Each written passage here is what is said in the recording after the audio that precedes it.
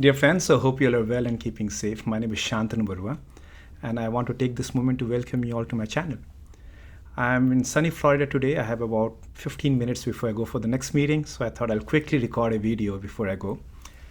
In my last video, I spoke about a book known as The Rules of Flow, which was all about project management. How do you efficiently manage project so that you have better outcome, you run project on budget, and you have delighted customer. Great read, learned many lessons, and thank you for all your feedback and comment on that. I deeply appreciate it. Well, today I'm going to talk about the predecessor of this book, The Goal, written by the father of the author of Rules of Flow and written about 30 years back in a different setup, in a different milieu altogether, but similar concepts. So I'm going to record my lessons from this book. Hopefully you like what you hear. Please do leave behind your comment, contrasting, comparing the two videos and let me know your views accordingly. So what have I learned? First of all, in this book, the setup is like this. There is a gentleman who has been hired to run a factory floor.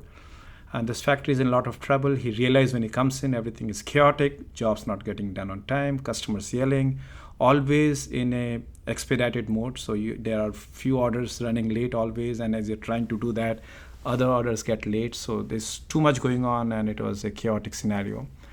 To add to his woes, he learns in 3 months' time that if he doesn't fix it within a stipulated time, he and the factory will be out of business. The factory will be doomed. He'll be out of business.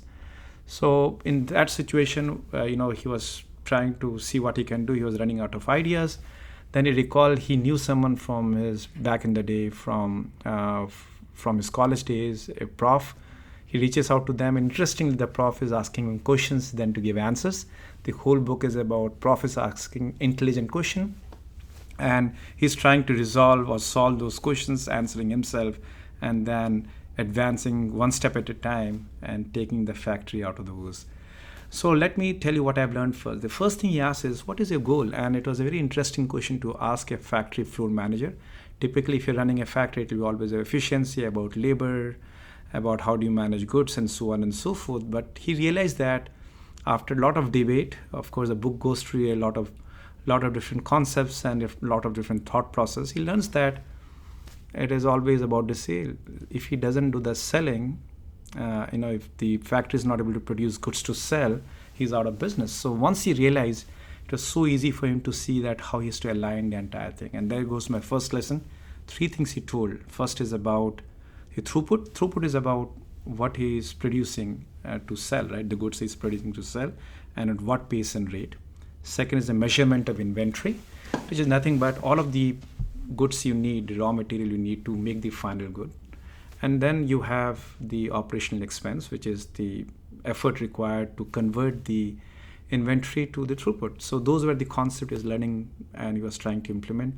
Throughput has to be high, inventory has to be low, and believe it or not, at times the operation expense may be higher, which can have a higher yield, but it's counterintuitive. But there are points I will try to talk through in this video. Hopefully you will understand why I'm saying so. So let's see what was the next thing he told him. He said, now that you found your goal, go and find out what's your bottleneck. Bottlenecks are areas which are the long pole in the tent, which are costly resources. And those resources are high in demand. But if you do not use them well, they sit idle, you're losing money. So his job was to find bottleneck. He, along with his team, figures out few areas. One example he took was the lead machine, the machine which was producing lot of the near final goods into the final goods, and he found that machine had many issues overall. The first is it was running idle, hence it was running late, and hence I used the name late machine because it was always running the entire shop floor late. But it was running idle because the labor was not there on time, they were taking breaks in between, or it didn't have all of the semi-finished products to make to the final product, so it was waiting on the other processes to get things done. So once he realized that, he tried to optimize the whole shop floor to see that how it can produce goods which are required for this machine to process. And then he also worked with the labor union to make sure that it's a costly resource, please do not leave it idle, and he created a model by which he can always make them use. And in the process of doing so, he realized that he is now slowly humming the world and creating orders in a manner that is less chaotic and managing the time well. But he knew that only by doing that is not going to take him out of the woods. So he was figuring out what is the next thing that he need to do. So there goes the next question that he was asked.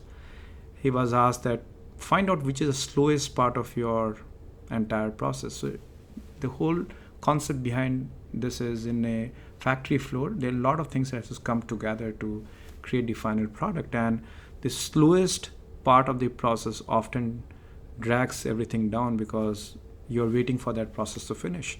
In his example, it was a furnace. The furnace was the longest pole in the tent because it was taking a lot of raw material.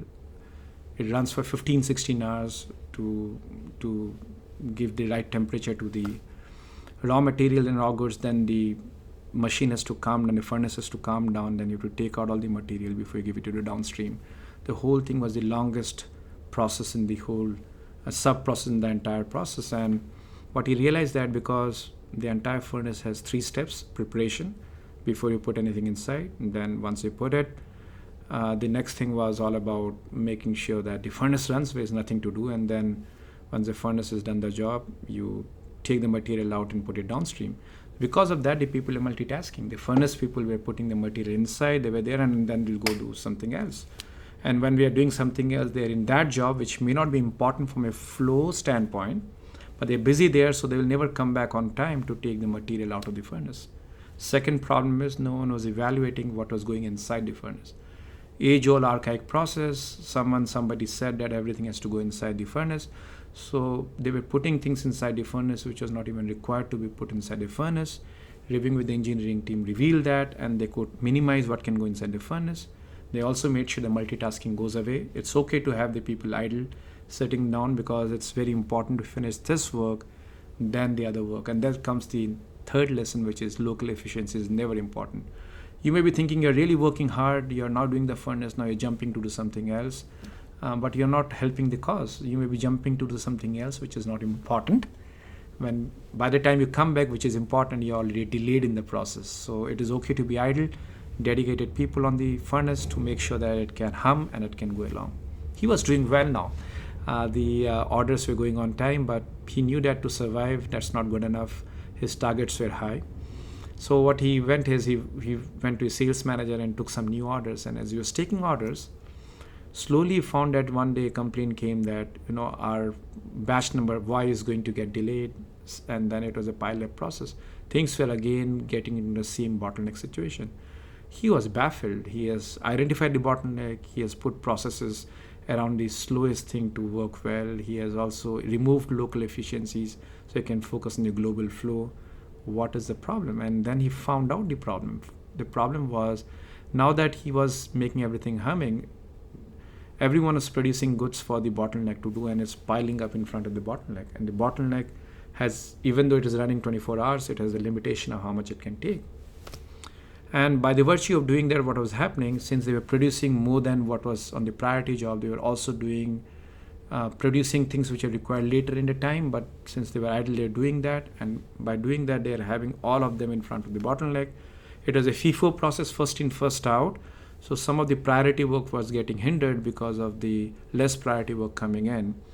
And that was the cause of the problem, that why some of the delays were happening. So he reprioritized the entire thing. He ensured that it's okay to slow down or to process by having some color mechanics to know that which are the priority ones, so that he can plan accordingly. And also the other option is to find another bottleneck which can help him to fasten the pace. In this case, he found the old machine which was retired, but he brought that machine back, which kind of helped him as well. So that's another point, very important lesson to learn, that once you harmonize everything, bottleneck has limitation, and as you synchronize your process, you have to make sure that you prioritize the right process in front of it. The next and very important lesson that I have learned is about inventory. So inventory, the more inventory you carry, the more cost you carry on your books, which is never a good sign, because more cost you carry, your cash flow becomes an issue. And to have a minimized inventory to run, you need to have a good control on the flow. As he was having a good control on the flow, he worked with his inventory manager to reduce the inventory and to an optimum level, so that he can have a you can have more cash in hand, and with more cash in hand they can buy more goods, and then can have better yield and competitive price in the market space. And that was very important, because now that you are producing products faster, the cost of the good can also come down. It can be more competitive in the market space, because you need less resources, you need less time, you have lesser inventory. So what you can do is you can reduce your price of manufacturing. By reducing your price of manufacturing, you can actually give some of the benefits back to the customer, and by giving so, and then giving product on time and at a lower cost, you can have an unprecedented advantage in the market space. That's how the book goes. There are many such lessons in the book, but those are the core ones I wanted to share. Hope you like what you heard, and I look forward to hearing your feedback. Thank you once again for listening. Take care now. Bye.